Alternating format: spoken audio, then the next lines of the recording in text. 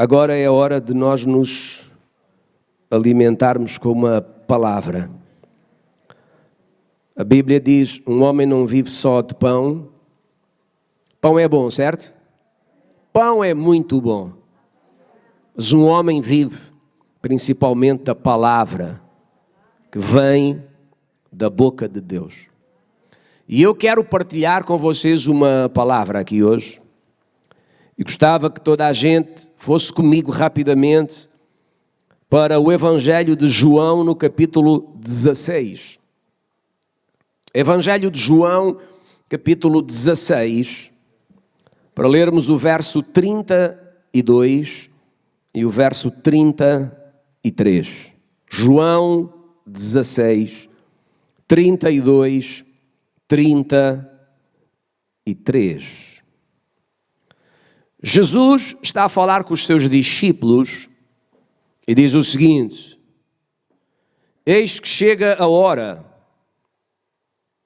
já se aproxima, em que vós sereis dispersos, cada um para a sua parte, e me deixareis só, vou ficar sem ninguém porque todos vão me abandonar, disse Jesus. Eu vou repetir.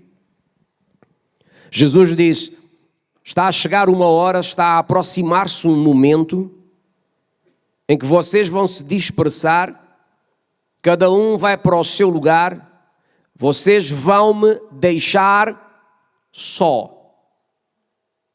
Mas eu não estou só, porque o Pai está comigo. Aleluia. Jesus, ele tinha uma capacidade de fazer uma leitura dos tempos. Vocês sabem tão bem quanto eu que Salomão disse que debaixo do sol há tempo para todo o propósito. Há tempos determinados para tudo. Pois ele fala em tempo de amar, tempo de aborrecer, tempo de rir, tempo de chorar, tempo de plantar, tempo de arrancar o que se plantou, tempo de construir, tempo de derrubar, tempo de paz, disse ele, e tempo de guerra. Debaixo do sol, disse Salomão, há tempo para todo tipo de propósito e para todo tipo de experiência. Debaixo do sol, porque acima do sol não há tempos. Acima do sol só há tempo. Debaixo do sol há tempos. Acima do sol só há tempo. O que é que isso quer dizer? Que só há um tempo. É a eternidade, onde tudo corre sobre rodas. Mas debaixo do sol há tempos diferentes. E todos nós que estamos aqui já vivemos essa experiência. A experiência de a nossa vida está num tempo favorável, em que tudo está a correr bem, todos são nossos amigos, todos nos amam, todos nos querem bem, estamos a prosperar, temos saúde e de repente, inesperadamente, surpreendentemente, tudo muda. Tudo muda. Por vezes nem conseguimos perceber o que é que aconteceu para haver uma mudança tão drástica das circunstâncias. Faz hoje 2 semanas, 15 dias, quando estivemos aqui há 15 dias atrás, todos nós neste auditório, nós não imaginávamos que passadas 2 semanas, apenas 15 dias, nós estaríamos a viver o que estamos a viver. Ninguém imaginava. Eu não imaginava, tu não imaginavas que em tão pouco espaço de tempo, as circunstâncias se alterassem e estivéssemos a enfrentar uma situação dramática, tristíssima, horrorosa, que nós estamos a enfrentar. Porquê? Porque debaixo do sol há muitos tempos. Todos nós temos esta experiência na nossa vida. Não há ninguém aqui que não tenha tido os tempos de rir e os tempos de chorar. Os tempos em que tudo corria bem e os tempos em que de repente parece que nada corre bem, nada funciona, nada dá certo. São tempos que nós não podemos evitar, tempos que vêm à nossa vida e nós temos que ser resilientes, resistentes e permanecer convictos daquilo em que nós acreditamos para enfrentar os tempos difíceis quando eles aparecem. Jesus sabia ler os tempos. Estava tudo a correr sobre rodas. Milagres, curas, sinais, multidões. E Jesus parou e disse: está a chegar um tempo diferente. Está a aproximar-se uma hora em que toda a gente vai me abandonar e eu vou ficar completamente sozinho. O que é que aconteceu? Jesus discerniu o tempo. Ele conseguiu perceber o que estava para vir, o que estava para acontecer. E vocês sabem que quando nós temos por Deus a sensibilidade, quando nós temos pelo Espírito Santo o discernimento para perceber o que é que está para acontecer, nós estamos muito mais preparados para enfrentar aquilo que está para vir. E eu penso que por vezes o Espírito Santo até nos quer ajudar e nos quer passar mensagens. Por vezes nós é que não temos a capacidade, a argúcia espiritual de ouvir a voz, de discernir, ter a percepção do que Ele está a trazer ao nosso coração. Senhoras e senhores, vocês nunca tiveram momentos na vossa vida em que está tudo a correr bem, mas de repente, a partir de um certo dia, de uma certa semana, há qualquer sombra no vosso coração. Tu dizes a alguém: não sei o que é que se passa, mas há alguma coisa aqui dentro de mim que me inquieta. E por vezes nós não tomamos atenção a essas inquietações, a essas perturbações que sentimos dentro de nós e por vezes podem ser alertas do Espírito Santo.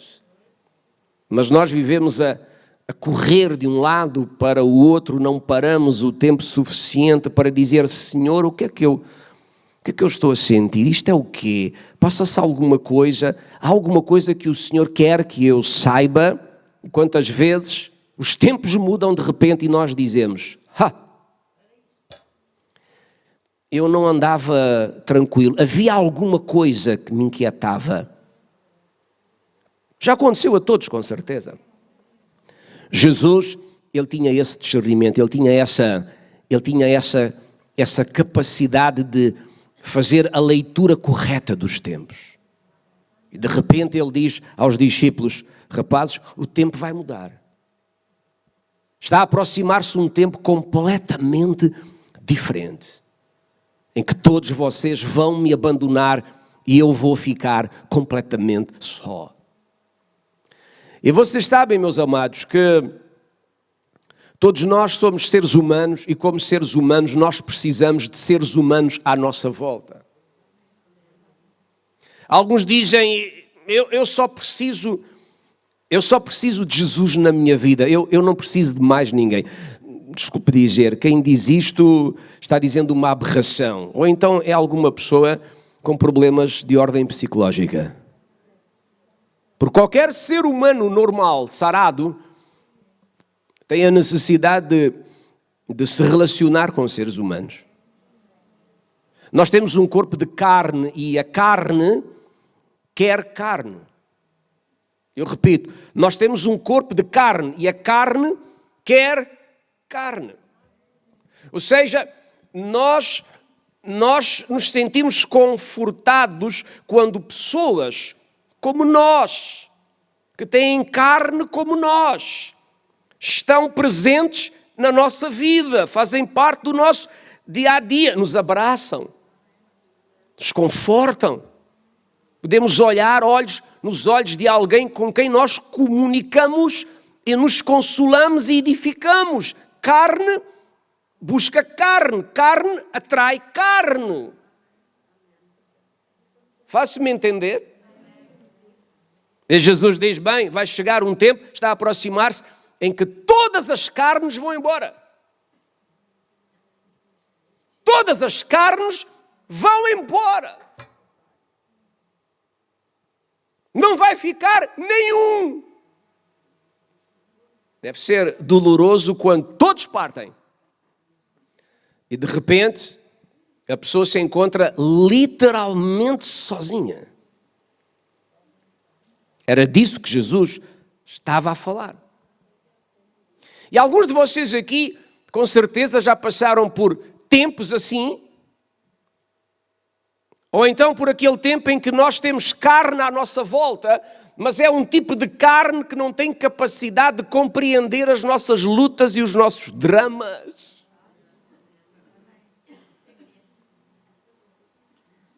É um outro tipo de solidão, de isolamento.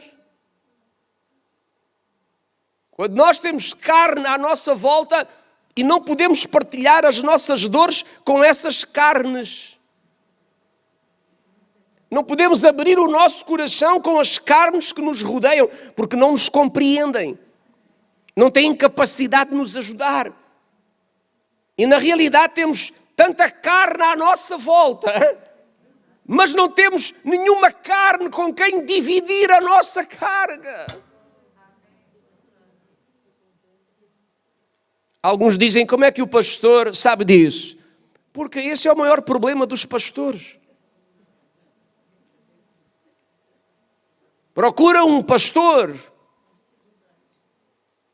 e ele vai te confirmar como, por vezes, pastores têm tanta carne à volta e não têm nenhuma carne com quem repartir as suas cargas, os seus pesos, as suas dores. São duas formas de você viver esta experiência. Aqui Jesus estava a dizer, vocês vão todos embora. Vão se dispersar, vocês vão ter medo e vão fugir. E eu vou ficar completamente sozinho. O tempo ia mudar, percebem a ideia? Jesus discerniu o tempo. Ele disse, está a chegar a hora em que vai haver uma mudança de tempo.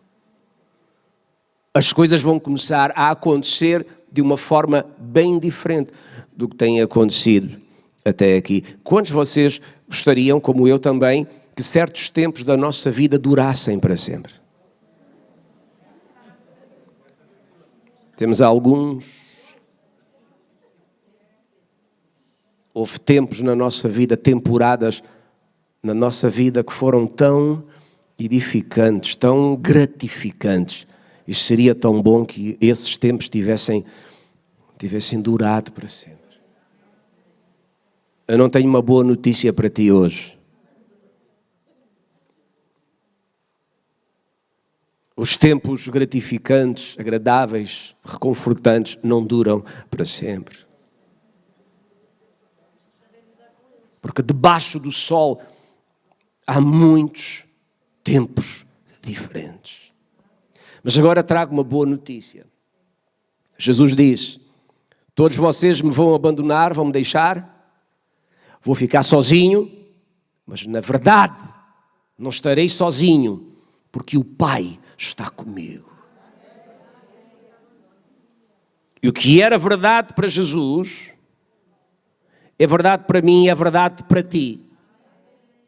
Ainda que todas as carnes nos deixem, ainda que não exista ninguém como nós na nossa vida, o Pai está presente. O Pai está conosco. Ele disse: o Pai estará comigo, porque o Pai nunca me deixará só. E você sabe que o Pai não é carne, ou não tem carne, o Pai é espírito. Certo? O Pai não toca com um corpo de carne, o Pai não abraça com um corpo de carne, o Pai não se vê. E enquanto nós somos humanos na terra com um corpo físico, nós necessitamos de gente que se vê, que se toca, que se sente. Mas quando não há ninguém assim, quando todos foram embora, quando não há ninguém, nós ainda podemos levantar a nossa cabeça, libertar confiança e dizer: mas ao menos o Pai está comigo. Meu Pai está comigo. Acho que não me ouviram. Meu Pai está comigo, porque o meu Pai nunca me deixa só. Ponha isto no seu espírito: o Pai está consigo. O Pai nunca o deixará só. E porque o Pai está consigo e nunca o deixa só, deixa-me dizer-te o seguinte: nos tempos difíceis em que todos vão embora, não há carne à tua volta, só há a presença do Pai, que é Espírito, então focaliza-te em aumentar a tua intimidade, o teu relacionamento com o Pai. Focaliza-te em procurar a presença do Pai. Focaliza-te em criar com o teu Pai Celestial uma relação cada vez mais intensa, cada vez mais próxima, cada vez mais profunda. Ele não tem carne, ele é Espírito. Mas mesmo sendo Espírito, ele pode manifestar-se na tua vida de maneira a secar lágrimas, tirar dores, fortalecer o teu coração e ajudar-te a superar os tempos difíceis. Alguém pode dizer amém aqui? No verso 33, Jesus disse: tenho-vos dito isto, para que em mim tenhais paz. Esta é uma frase lindíssima. Eu explico porquê. Quando Jesus disse aos discípulos: vocês vão me deixar só, Jesus não estava a dizer isto para os magoar, para os ferir. Como quem os acusa de ingratidão, entende a ideia? Ele não está dizendo: olha, tanto que eu fiz por vocês e agora vão me abandonar. Não. A razão pela qual Jesus diz: vocês vão me deixar e eu vou ficar só, foi para provocar nos discípulos paz. Tu vais-me perguntar: como é que uma afirmação desse tipo produz paz em alguém? Como é que Jesus vai provocar paz no coração dos seus discípulos ao dizer que eles o vão abandonar e que ele vai ficar completamente só? Entende a minha pergunta? Como? Como é que paz se vai gerar no coração de um discípulo que ouve o seu mestre dizer: tu vais me abandonar e eu vou ficar só? E estou a contar-te isto, não é para te magoar nem para te ferir, é para que tu recebas paz. Como? forma. O que é que se passa aqui? É que vocês sabem que uma das razões por que por vezes falta paz é o desconhecimento daquilo que está por vir. Quando nós não temos a mínima noção daquilo que está por vir, não conhecemos o amanhã, não sabemos nada a respeito do que possa vir a acontecer, por vezes esse desconhecimento gera uma insegurança, uma intranquilidade, mina a nossa paz. Mas quando de alguma forma somos informados sobre o que está para acontecer, o que está para vir, isso pode gerar paz dentro de nós. Sabe porquê? Sabe porquê? Porque quando nós sabemos o que está para vir, já não apanhamos de surpresa o que acontece ou o que está para acontecer. E além do mais, quero que você entenda isto. Quando Jesus partilha com eles o que vai acontecer, no dia que aconteceu o que Jesus disse que ia acontecer, fui claro, no dia em que os discípulos o abandonam e ele fica só, tal e qual como ele disse que ia acontecer, os discípulos podem crescer em paz pensando o seguinte: afinal, ele sabia.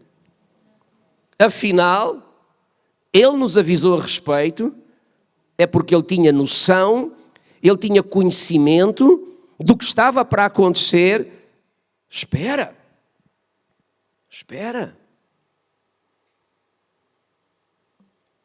Se ele sabia o que estava para acontecer e nos informou a respeito, é porque com certeza ele tem alguma saída para esta situação.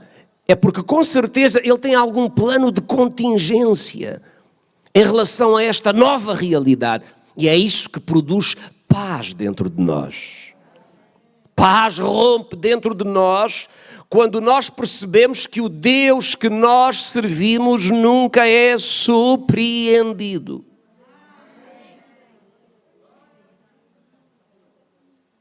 Uma das razões porque há paz em nosso espírito é porque nós servimos a um Deus que nunca é surpreendido.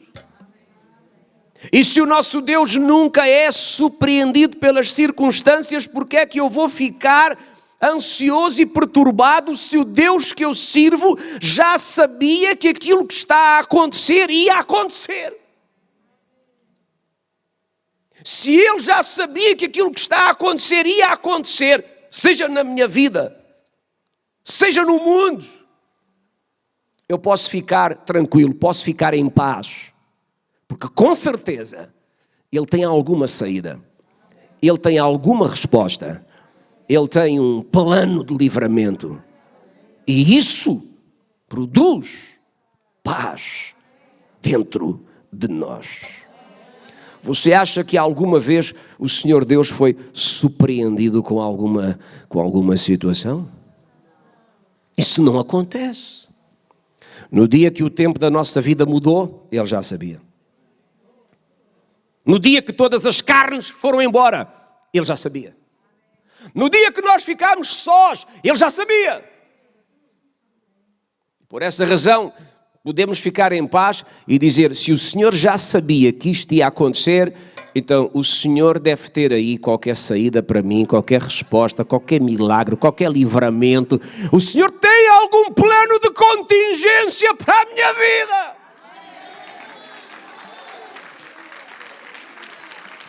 Deixa-me fazer-vos uma pergunta hoje. Vocês sabem quando foi que Jesus foi conhecido como o Cordeiro de Deus que tira o pecado do mundo? Sabem? Vocês sabem quando foi que Jesus foi conhecido como o Cordeiro que tira o pecado do mundo?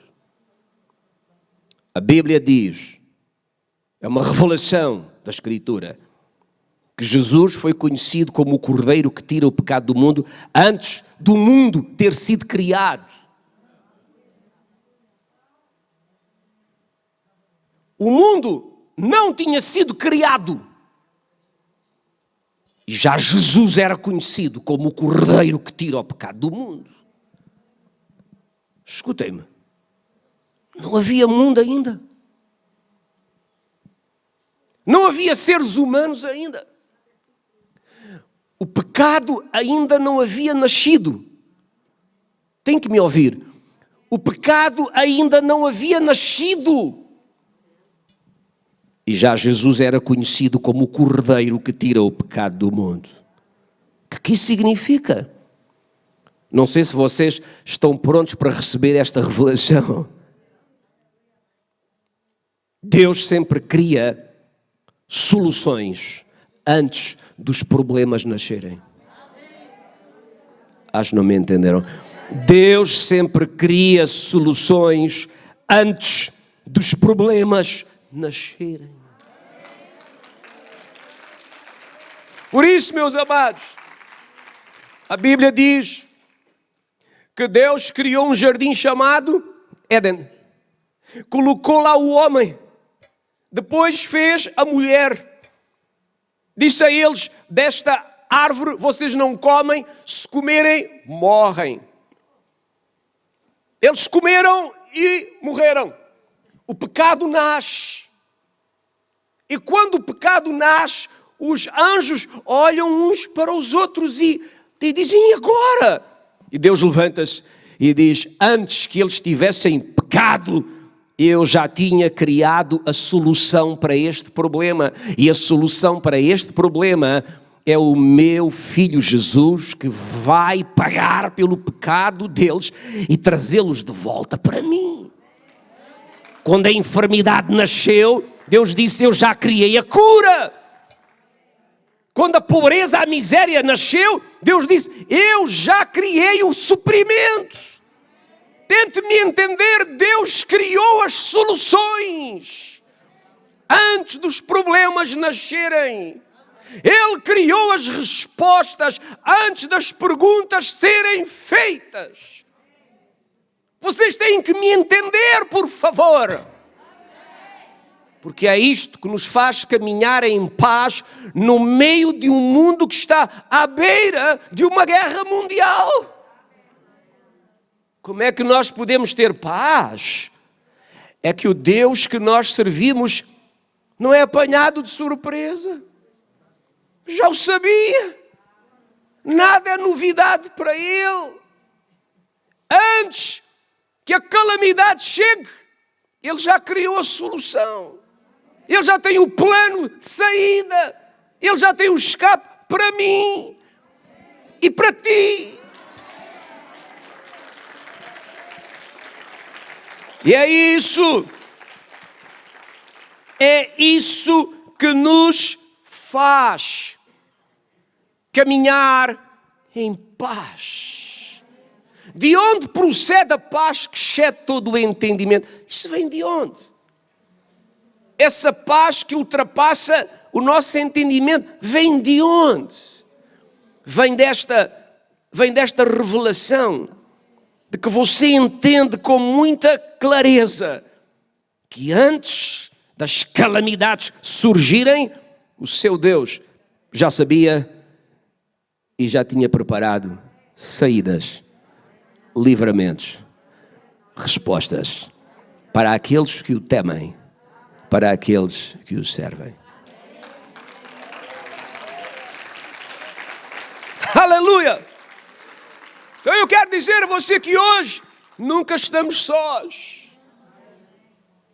Mesmo que os tempos da nossa vida mudem de repente, inesperadamente, surpreendentemente, dramaticamente, ainda que mudem os tempos da nossa vida, ainda que todos possam ir e não estar mais, saiba disto, o Pai está consigo. O Pai nunca o deixará só. O que Jesus disse a respeito dele, nós podemos dizer a respeito de cada um de nós. Grita aqui comigo, o Pai está comigo, o Pai nunca me deixa só.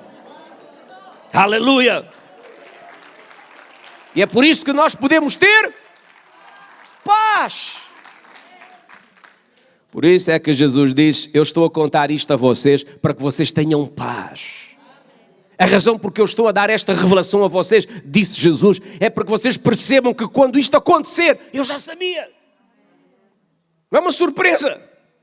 E se eu já sabia, e se o meu pai já sabia, então nós temos uma solução para o problema. Isto vai se resolver. O tempo ruim, mau, vai dar lugar a um outro tempo. A um tempo de conquista, a um tempo de vitória, a um tempo de celebração. E assim aconteceu. Jesus ficou, ouça-me, e depois divirta-se. Jesus ficou sozinho.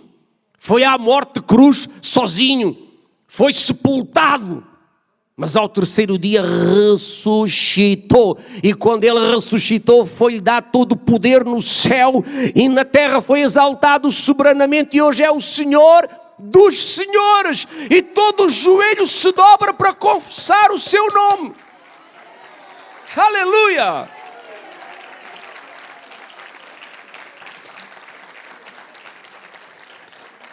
Depois Jesus disse ainda, no mundo tereis aflições. Repita lá comigo, no mundo, o que é que teremos? Aflições. Vocês sabem que há muitos mundos. Há muitos mundos. E eu preciso dizer a vocês aqui hoje, o nosso mundo até não é dos piores. Eu acho que com aquilo que está a acontecer, nós temos razões para levantar as nossas mãos para o céu e dizer, Pai, obrigado pelo nosso mundo. O nosso mundo não é o pior dos mundos. Porque o nosso mundo gera aflições, mas as nossas aflições comparadas com as aflições de outros mundos, não é nada. Quantos de vocês aqui já se apanharam a criticar o orçamento de Estado, o valor da reforma, o preço do combustível, da eletricidade? Alguém aqui já se descobriu a fazer estas críticas, sim ou não? Só 3 pessoas, 4, eu também. Mas perante a realidade que está diante dos nossos olhos, deixem-me dizer-vos aqui, o nosso mundo até não é assim tão mau. Gera aflições? Gera. Mas não podemos comparar as aflições do nosso mundo com as aflições de outros mundos onde outros estão vivendo. Quando ligamos a nossa TV, hoje, nós vemos um mundo bem pior que o nosso. Uma realidade bem pior do que a nossa. Ficamos constrangidos com aquele mundo que nós não estamos a viver. Aquele nós não estamos a viver. Aquele mundo nós não estamos a viver. Aquela gente está. Nós não. Não sabemos o dia de amanhã. Por isso, nós temos imensas razões para ser agradecidos e dizer, Senhor, obrigado pelo nosso orçamento de Estado, obrigado pela reforma, o valor dela e o preço do combustível e obrigado porque vamos ao hipermercado e há comida com fartura, obrigado porque há mundos dentro do nosso mundo, anote isto, há mundos dentro do nosso mundo que têm aflições horrorosas. Nós somos privilegiados. Jesus disse, no mundo vocês terão aflições. O mundo tem sistemas que produzem aflições. Entende? O mundo tem sistemas que produzem aflições. O apóstolo João diz que o mundo jaz no maligno. Ou seja, os sistemas, não é a terra. Mundo não é terra, mundo são sistemas de governo. O que significa mundo na Bíblia são sistemas de governo. Por isso é que Deus diz, não ameis o mundo, nem aquilo que no mundo há, sistemas de governo. Gente que ama poder, riqueza, influência. Gente que se vende para estar em posições de destaque, para governar, para liderar, para oprimir. É isso que Deus chama mundo. Mundo. É por isso que eu disse, no nosso mundo há muitos mundos. Mundos e submundos, São sistemas de governo, de dominação, onde todos nós estamos inseridos. Temos que viver em algum sistema. É por isso que eu disse, o nosso não é dos piores. Mas porque o mundo jaz no maligno, os governantes do sistema muitas vezes têm as mentes corrompidas, vivem desejos e ambições malignas que provocam muitas dores. Provocam muitas dores. O que estamos a viver hoje é provocado por meia dúzia de pessoas anormais, endemoninhadas, loucas, gananciosas. Meia dúzia só, meia dúzia apenas. É o mundo, são os mundos, são os sistemas de governo que produzem aflições. Mas eu quero dizer a vocês aqui hoje que nós não somos derrotados porque aflições vieram à nossa vida. Nós não somos derrotados porque aflições vieram à nossa vida. Nós só somos derrotados quando não enfrentamos as aflições com fé. É aí que somos derrotados.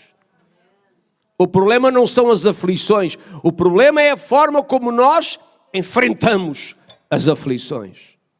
Não somos derrotados porque elas vêm contra nós, somos derrotados quando não as enfrentamos com um espírito de fé. Vim aqui para dizer a toda a gente, levanta a sua cabeça, creia no Senhor e na palavra e enfrente a aflição como fazem as águias perante as tempestades. Vocês sabiam que águias devem ser das únicas aves que não voam debaixo das tempestades? Águias enfrentam as tempestades de frente. Atravessam a tempestade até ficar por cima da tempestade, para voar por cima da tempestade. Há ali um momento de muita pressão, porque quando a águia entra na tempestade e tem que continuar a subir até atravessar a tempestade, há ali um confronto de muita pressão.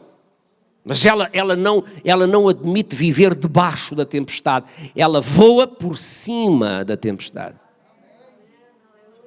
É por isso que a palavra do Senhor diz, os que confiam no Senhor renovarão as suas forças, subirão com asas como se fossem águias. O que é que isso quer dizer? Com forças de Deus, eles vão enfrentar face to face as tempestades e vão voar acima das tempestades. Grita aqui com o pastor e diz, vou voar acima das aflições. Vou voar acima das aflições. Vou voar acima das aflições. Diga ao diabo, Satanás, diabo, vou voar acima das tuas aflições. Aleluia!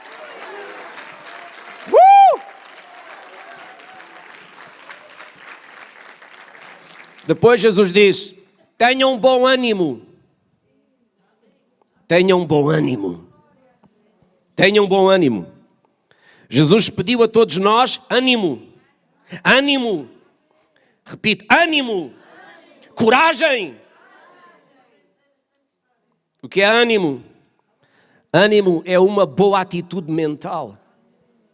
Escreva isto. Ânimo é uma boa atitude mental diante das adversidades. Ânimo é uma reação positiva nos momentos difíceis. Isso é ânimo. Ânimo. Jesus disse, tens que ter bom ânimo. Como é que eu posso ter bom ânimo nas aflições? Lembra-te, eu já sabia que ia acontecer, eu tenho um plano de contingência, já criei uma saída, uma solução, um livramento, um milagre para ti. Anima-te. Tem bom ânimo. Uma boa atitude mental.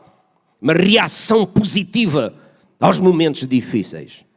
E eu gostava de deixar com vocês estes dois versos. Provérbios 18:14 diz, Provérbios 18:14, sabedoria de Salomão. Ele diz, o espírito firme o espírito firme, o espírito animado, sustenta o homem na sua doença. Ou seja, uma pessoa que está a passar por aflições, se ela tiver uma atitude de valentia, se tiver bom ânimo, essa pessoa consegue superar com muito mais facilidade a aflição que está a enfrentar. É o que diz Salomão. Mas o espírito abatido, ou seja, a pessoa desanimada, quem o pode suportar? Quem é que aguenta um desanimado? Deixa-me dizer, um desanimado é alguém que cansa, esgota quem está à volta. Um desanimado é como um eucalipto. Vocês sabem que o eucalipto é uma árvore que suga os nutrientes todos da terra. Sabiam disto? É uma árvore que cresce rapidamente. É um foguete a crescer. Mas deixa a terra na miséria. Suga tudo. Um desanimado é um eucalipto. Cansa quem está à volta. Desgasta quem está à volta. Por isso é que Salomão diz, o espírito abatido, quem é que o pode suportar? Quem é que aguenta uma pessoa desanimada? Mas o espírito firme, aquele que tem bom ânimo, uma boa atitude mental, uma boa reação perante a dificuldade, este tem mais capacidade de a superar. Provérbios 24, verso 10. Leia comigo. Provérbios 24, verso de número 10. Se te mostras fraco,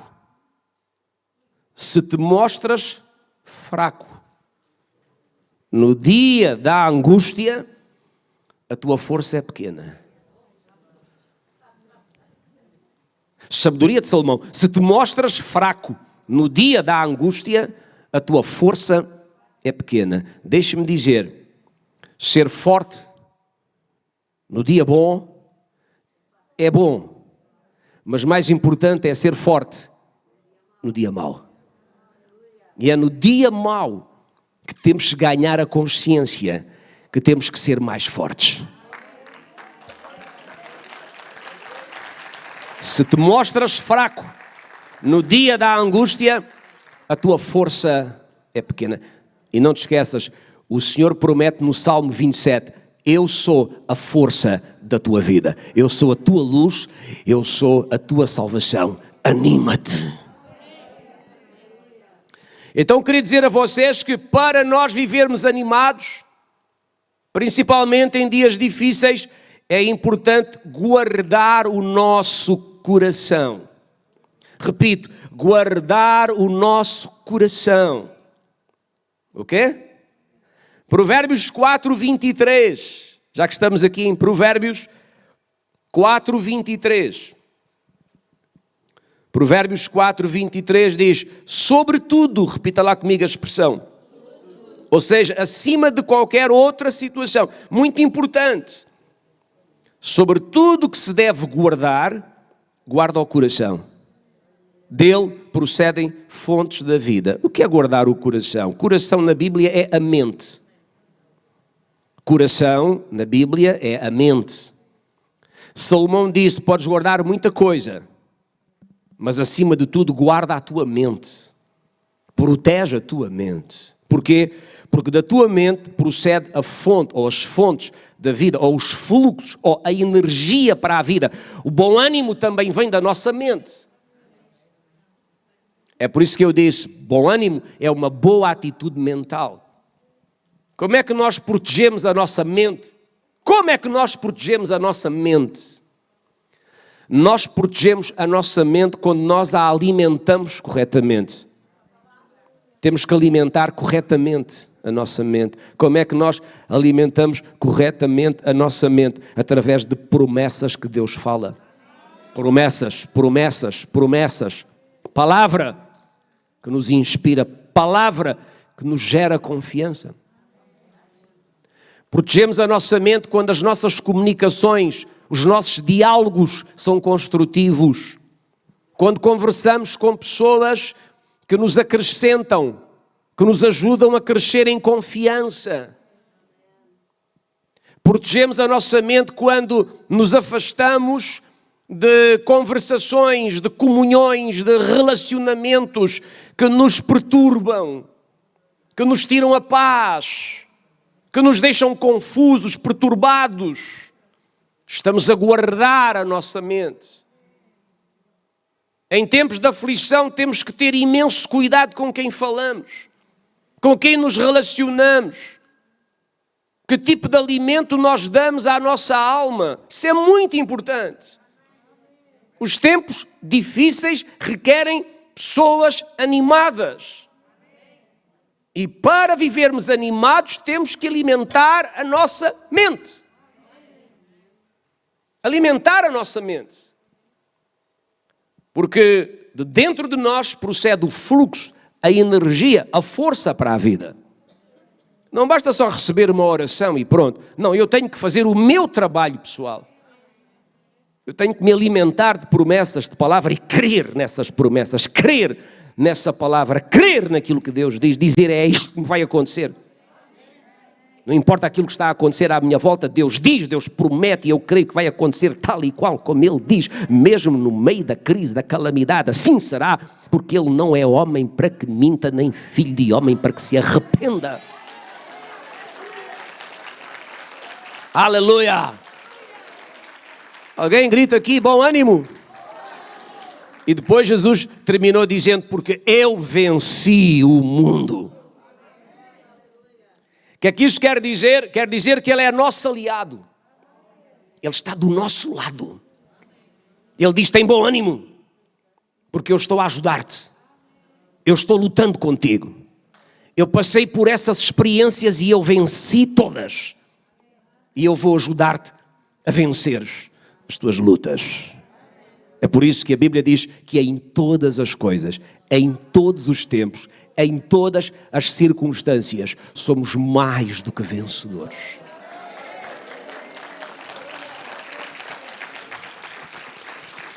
Deixa-me só terminar com esta frase. Jesus venceu. Foi Ele que disse, eu venci o mundo. O que significa que Ele passou por tudo o que passou e saiu vitorioso. O Pai o socorreu e Ele saiu vitorioso passando tudo o que Ele passou. E vocês sabem, nós que não iremos passar nem 1/10 do que Ele passou. Eu repito, nós que não iremos passar nem 1/10 do que Ele passou, também podemos vencer. E eu quero fazer um decreto aqui em nome do Senhor. Os animados desta casa vão vencer todas as aflições em nome de Jesus.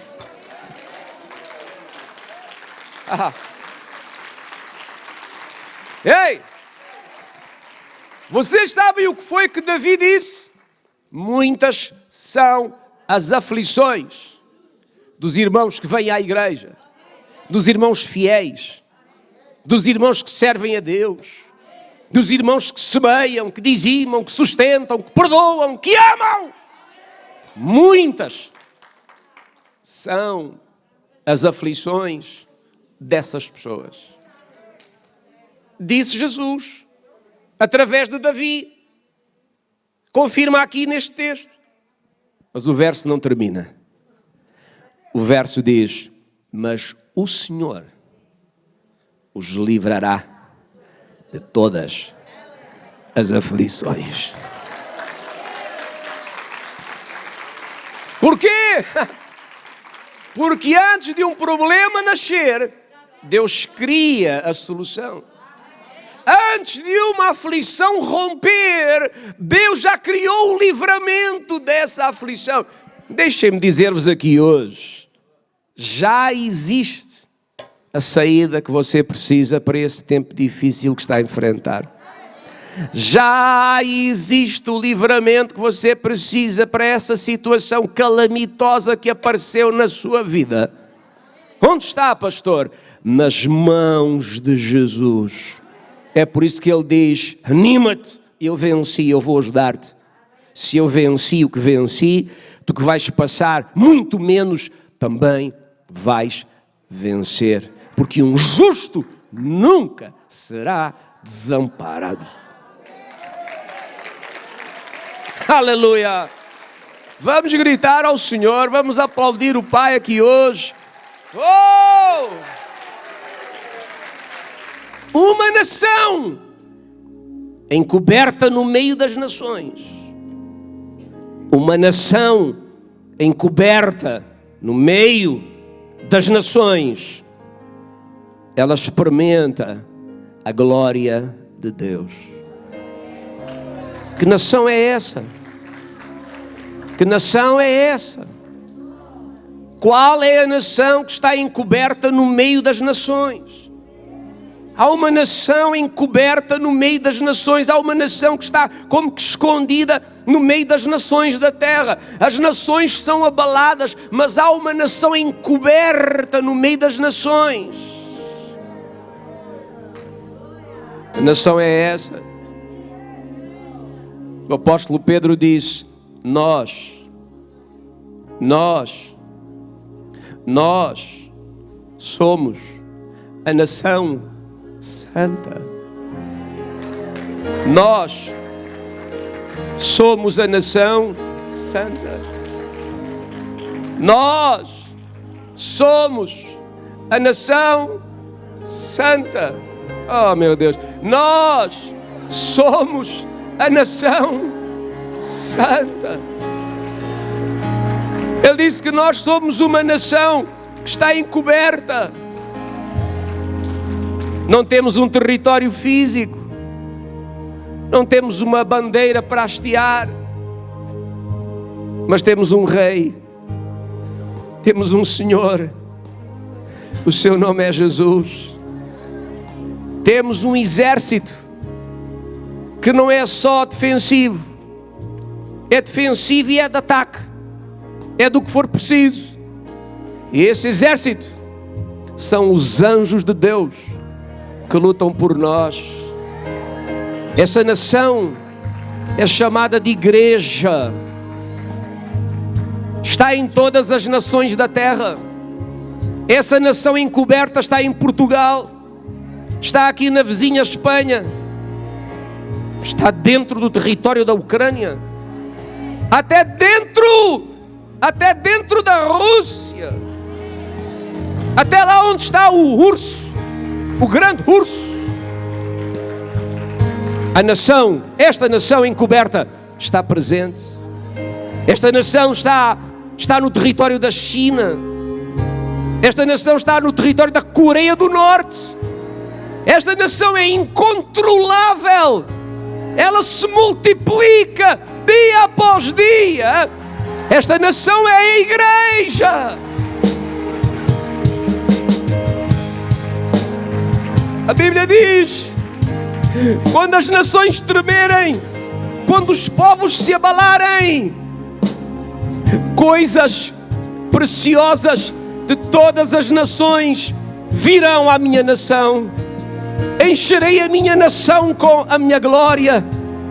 A glória da minha nação será maior do que alguma vez já foi. Na minha nação eu darei a paz. Esta é a realidade que nós vamos viver aqui nesta igreja, porque é nisto que nós acreditamos. Quando você ligar a sua televisão e ver as nações abaladas, e as nações estão abaladas. O primeiro-ministro de Israel ontem quebrou alguma coisa que ele nunca quebra: o sábado. Ele é judeu, praticante das leis, praticante da Tora, guardião do sábado. Ao sábado não se pode trabalhar, não se pode viajar ao sábado.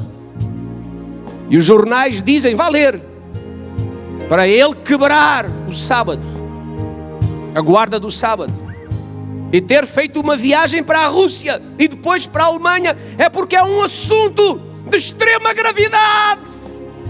O que é que isso quer dizer? As nações estão abaladas, estão a ser sacudidas, estão perplexas, estão desorientadas. Mas Deus diz: quando isso acontecer, aquela nação que está encoberta no meio das nações, que é a minha nação, que é a minha gente, que são os meus filhos. Aleluia!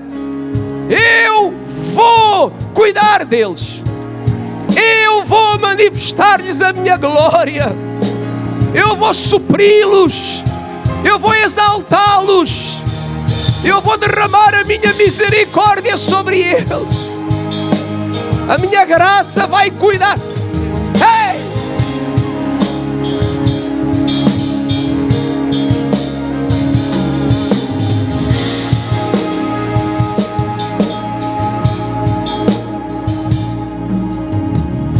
Há 5 palavras que o Senhor nos fala através dos versos que nós lemos. Eu vou terminar com as 5 palavras. Primeiro, Ele diz: coisas preciosas das nações virão. Ouçam bem o que eu vou dizer. Vamos preparar o coração para isto.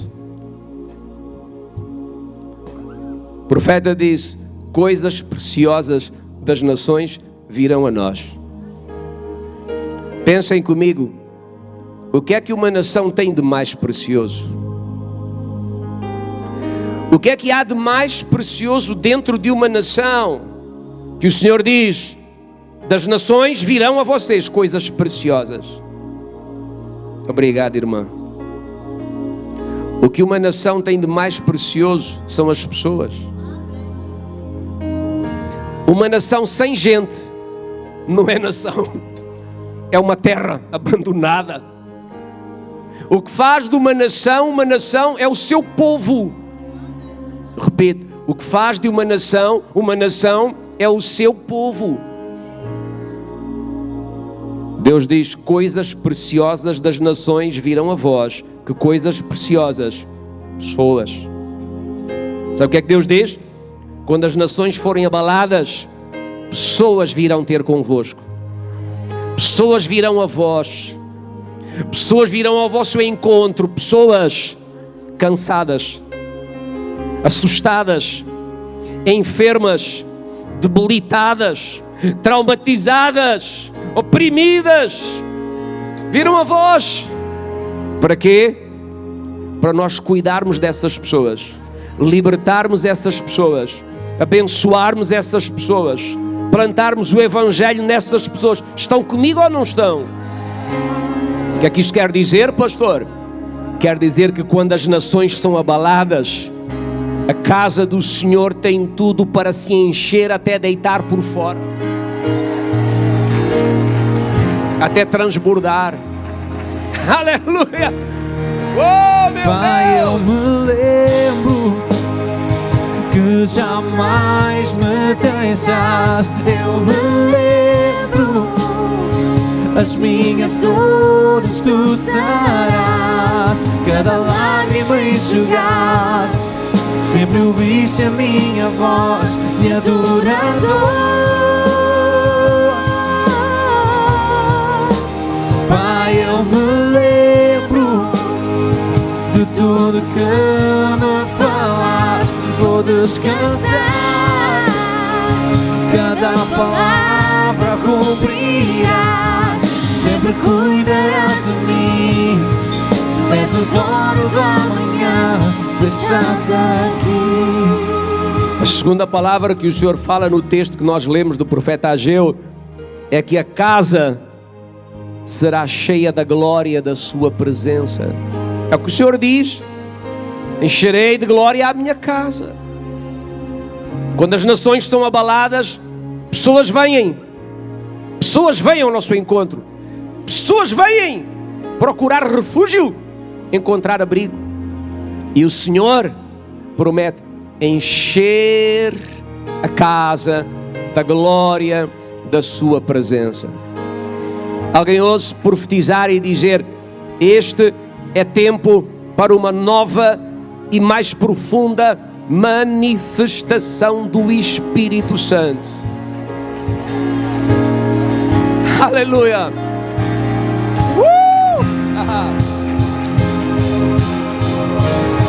Uma nova, mais profunda manifestação do Espírito Santo. Alguém pode agitar as suas mãos neste auditório e declará-lo uma nova e mais profunda manifestação do Espírito Santo. Aleluia! A glória da sua presença manifesta entre nós como nunca antes, muito mais do que antes. Oh, alguém ora no Espírito? Se você ora no Espírito, grita em línguas estranhas nesta casa.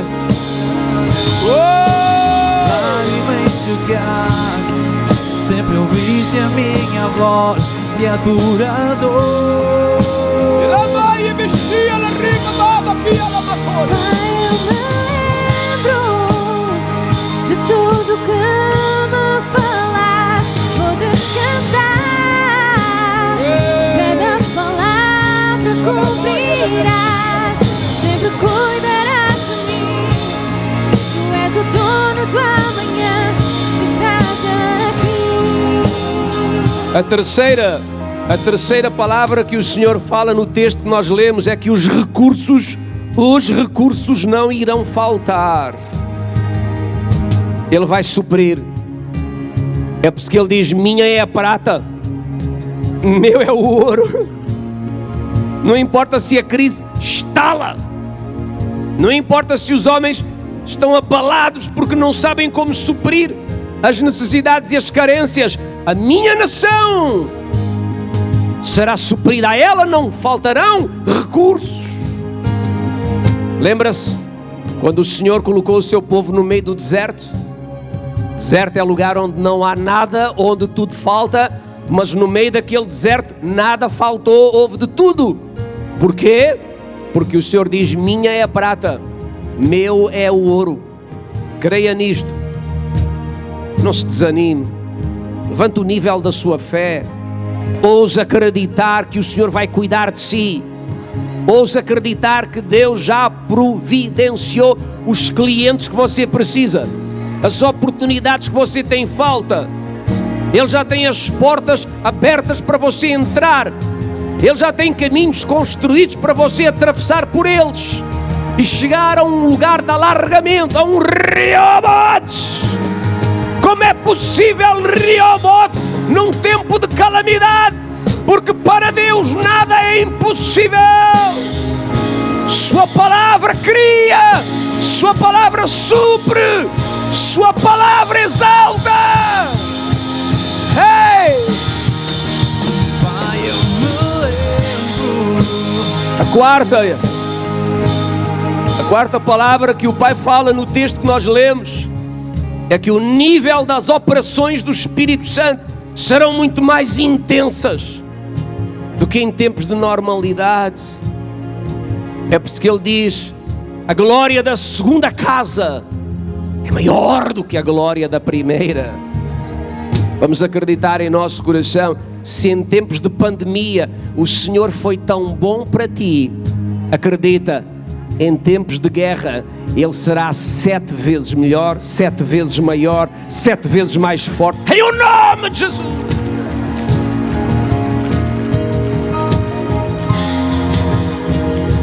Isto é para quem crê. Isto é para quem crê. Aleluia.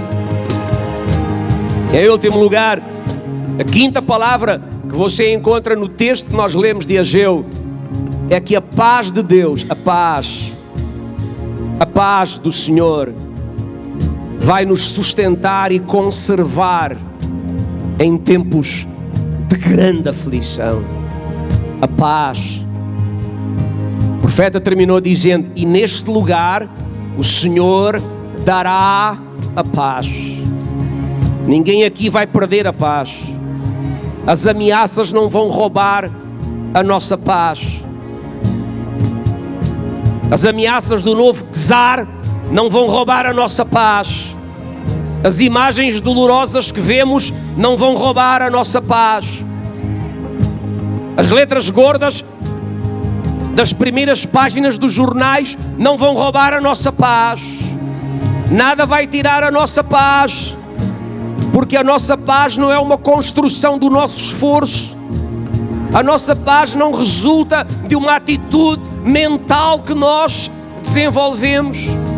A nossa paz não depende de uma repetição constante de eu tenho paz, eu tenho paz, eu tenho paz, eu tenho paz, eu tenho paz, acho que eu tenho paz, vamos ver se tenho paz. Não!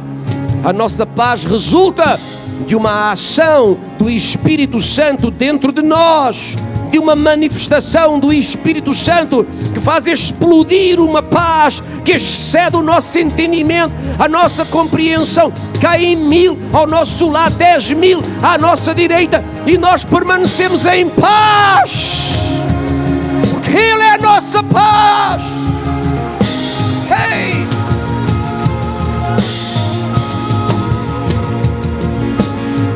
Bendito o nome de Jesus. Bendito o nome de Jesus. Bendito o nome de Jesus.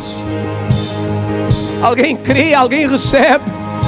Esta é a palavra do Senhor para mim. Esta é a palavra do Senhor para ti. Numa época em que as más notícias estão à nossa volta, numa temporada em que as nações estão abaladas, isto é o que o Pai fala comigo e fala contigo. Então vais ouvir desde o princípio. Escuta bem.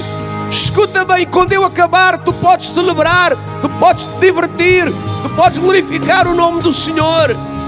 Está a chegar uma hora, já se aproxima, em que vós sereis dispersos, cada um para a sua parte, e me deixareis só. Mas não estou só, Pai está comigo. Eu disse isto para que tenham paz, porque no mundo terão aflições, mas tendo bom ânimo. Eu venci o mundo. E saibam que quando as nações da terra tremerem, coisas preciosas das nações virão até vocês. Encherei a minha casa com a minha glória. A prata e o ouro pertencem a mim, e a glória desta casa há de ser maior do que a glória da primeira. E neste lugar, nesta casa, aos meus filhos, aos meus servos, eu darei a minha paz, assim diz o Senhor.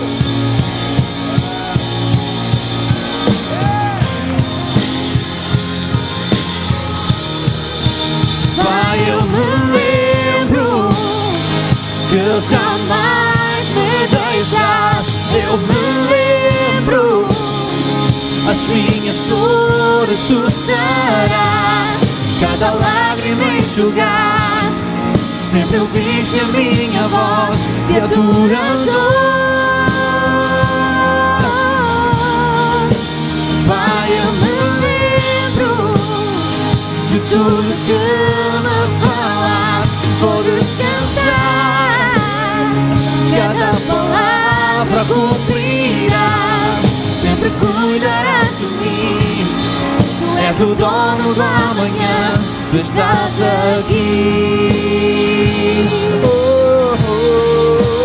Pai, eu me lembro que jamais me deixaste. Eu me lembro, as minhas dores tu serás, cada lágrima enxugaste, sempre ouviste a minha voz de adorador.